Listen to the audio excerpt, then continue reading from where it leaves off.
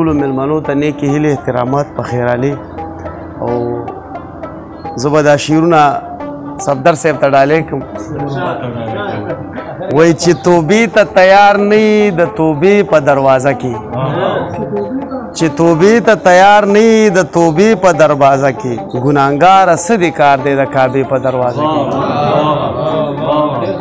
مننه او زه اکثر په دې خبره رخصت اخلم له یارانو زما مور ما ته په تمه وي د شپې په دروازه کې مننه مننه مننه چې توبې ته تیار نه یې د توبې په دروازه کې ګناهګاره څه دې کار دی د کعبې په دروازه کې او زه اکثر په دې خبره رخصت اخلم له یارانو زما مور ما ته په تمه وي د شپې په دروازه کې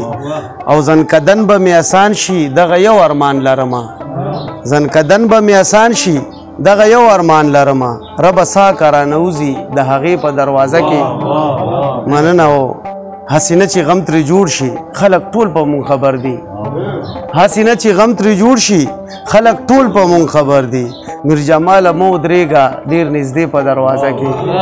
مننه دوه شعره دي چې پښتونستان یې د دروغو په واده وخوړو پښتونستان یې د دروغو په واده وخوړو بخوی نه کوم چا چې حق د پښتنو وخوړو او دا تاسو څنګه امن پرست یې زه خو نه پوهېږم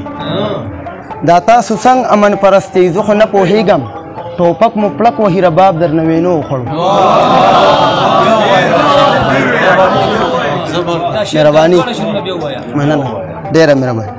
پښتونستان یې د دروغو په وعدو وخوړو بخوی نه کوم چا چې حق د پښتنو وخوړو او دا تاسو څنګه امن پرست یې زه خو نه پوهېږم ټوپک مو پړک وهي رباب در نه وینو وخوړو او دوه شعره نور دي بیا به کلام طرف ته لاړ شمه چې دوی آخرت دپاره هیڅ قسمه سودا نه اخلي دوی آخرت دپاره هیڅ قسمه سودا نه اخلي مور ژوندی د بد قسمته ترې دعا نه اخلي او کله چې رونه کور بیلی نو ته لږ سوچ خو وکئ کله چې رونه کور بیلی نو ته لږ سوچ خو وکئ هر څوک د کور سامان اخلي خو بابا نه اخلي مهرباني او دواړه شعر دي مدام نه وي په پستو بسترو خوب نه مدام وي د سړي په چهره روبه تر هغې پورې ډګرینې د کار نه دي چې تر څو پتا کې نه وي سړیتوب ډېره مننه او غزل مطلب شعر ده چې انسانیت مې خپل کړو کلک زما ایمان جوړ شو انسانیت مې خپل کړو کلک زما ایمان جوړ شو اخلاق مې ښه کړل نو دښمن مې هم جانان جوړ شو مننه او چا چې د خپلې خور والی په جوارۍ کې بیلې چا چې د خپلې خور والی په جوارۍ کې بیلې هغه نن مونږ ټاکل ښایي ترې انسان جوړ شو او د پرښتو استاد له نور څه په جهان کې نه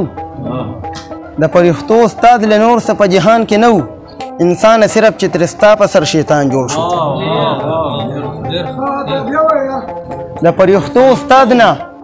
د پرښتو استاد له نور څه په جهان کې نه